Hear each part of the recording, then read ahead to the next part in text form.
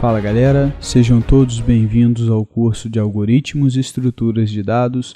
Eu sou o professor Otávio e nessa aula nós vamos estudar o conceito de estruturas circulares duplamente encadeadas.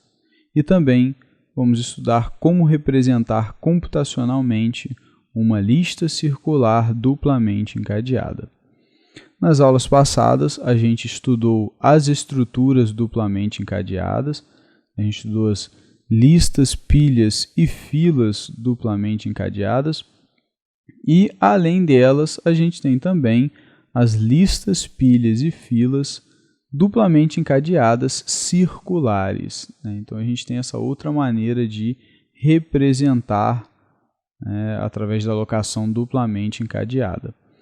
A diferença das estruturas duplamente encadeadas circulares para as estruturas duplamente encadeadas é que o último nó da nossa estrutura, ao invés de ter uma referência próxima, um campo próximo apontando para nulo, ele vai ter uma referência para o primeiro nó. Então, o último nó vai ter uma referência para o primeiro nó. E o primeiro nó vai ter uma referência anterior, o campo anterior, para o último nó. Então, ao invés da referência anterior do primeiro nó ser nula, ela, na verdade, vai estar aí referenciando o último nó. Ela vai estar apontando o último nó. Assim, eu consigo seguir de maneira circular, tanto indo para frente, eu chego no último, volto no primeiro, sigo, chego no último, volto para o primeiro, como também voltando. Então, eu vou voltando do fim para o início, chego no início, volto para o fim, chego no início, volto para o fim. Então, eu consigo fazer esse trajeto circular nos dois sentidos. Por isso que é uma lista duplamente encadeada circular. Tá? Então, dessa maneira, a gente não tem semanticamente início e fim na estrutura. Eu posso começar de qualquer nó, que eu consigo dar a volta e percorrer todos os nós da minha lista, da minha estrutura, de um modo geral. Então, eu consigo fazer isso. E aí, a gente vai começar falando das listas duplamente encadeadas circulares.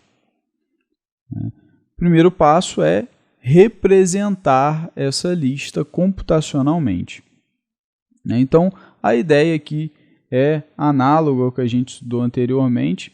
A gente quer, na verdade, representar aqui um nó, tá, da lista, porque, na verdade, a representação da nossa lista é uma referência para o primeiro nó dela.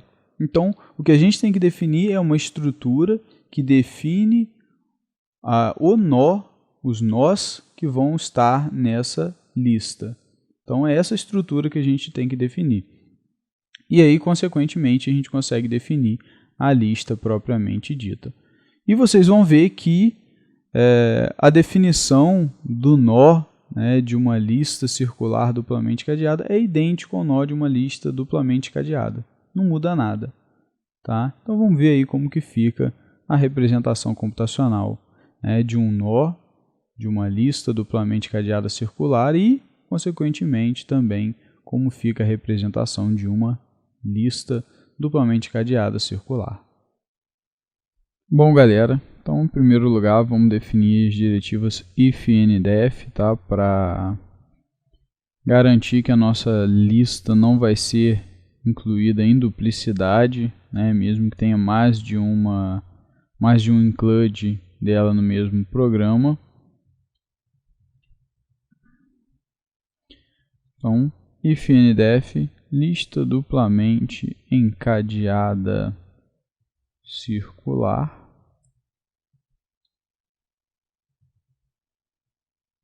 Define lista duplamente encadeada circular. Endif. Ok, agora vamos incluir as bibliotecas que a gente vai precisar utilizar. Então, stdlib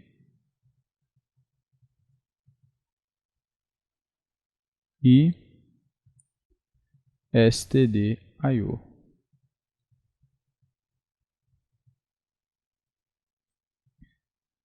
Ok, agora que a gente já declarou as bibliotecas, vamos então definir o tipo para representar o nosso nó, tá, de uma lista duplamente cadeada circular, que é o mesmo, tá, galera, que a gente definiu lá nas nossas listas duplamente encadeadas. Então o nó não muda, né? Então type-def struct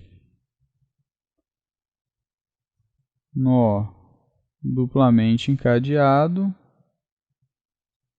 nó duplamente encadeado. Então a gente vai se referir, né, ao nosso underline nó duplamente encadeado como nó duplamente encadeado. A gente precisa dessa declaração inicial porque a gente vai trabalhar com um tipo recursivo, né, que a gente vai ver agora. Vou definir agora de fato a struct que vai representar computacionalmente o nosso nó, que é struct underline nó duplamente encadeado. E aqui na nossa struct a gente tem o campo elemento, tá? Lembrando que aqui eu estou colocando int porque eu estou trabalhando com uma lista de inteiros. Se for uma lista de caracteres, só botar char aqui. Uma lista de números reais, float. Uma lista de outra struct que eu criei, sei lá, pessoa.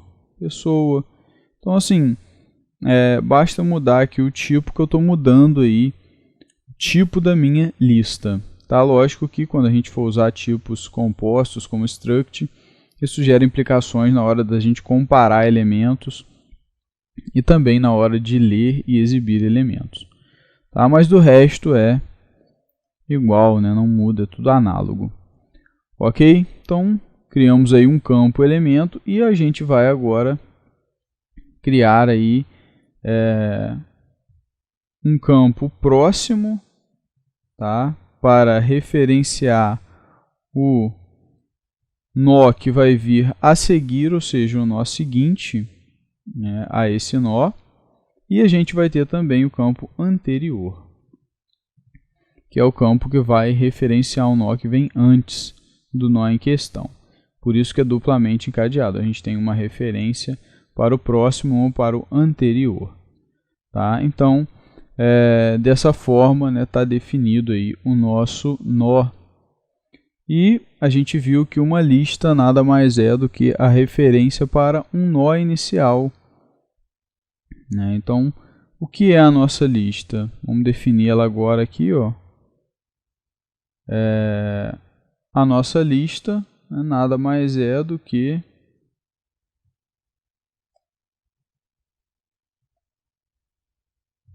um ponteiro para um nó duplamente encadeado. Então é isso que a nossa lista é. Ok, galera? Então a gente define aqui a nossa lista, e estão definidos aí o tipo para representar aí um nó e também a nossa lista. E a nossa aula vai ficando por aqui. Espero que vocês tenham entendido o conceito das estruturas circulares duplamente encadeadas e também como representar computacionalmente uma lista circular duplamente encadeada. Revisem esses conceitos. Implementem aí a representação computacional de uma lista circular duplamente encadeada, porque a gente vai usar essa representação ao longo das nossas aulas. Um forte abraço a todos e até a próxima!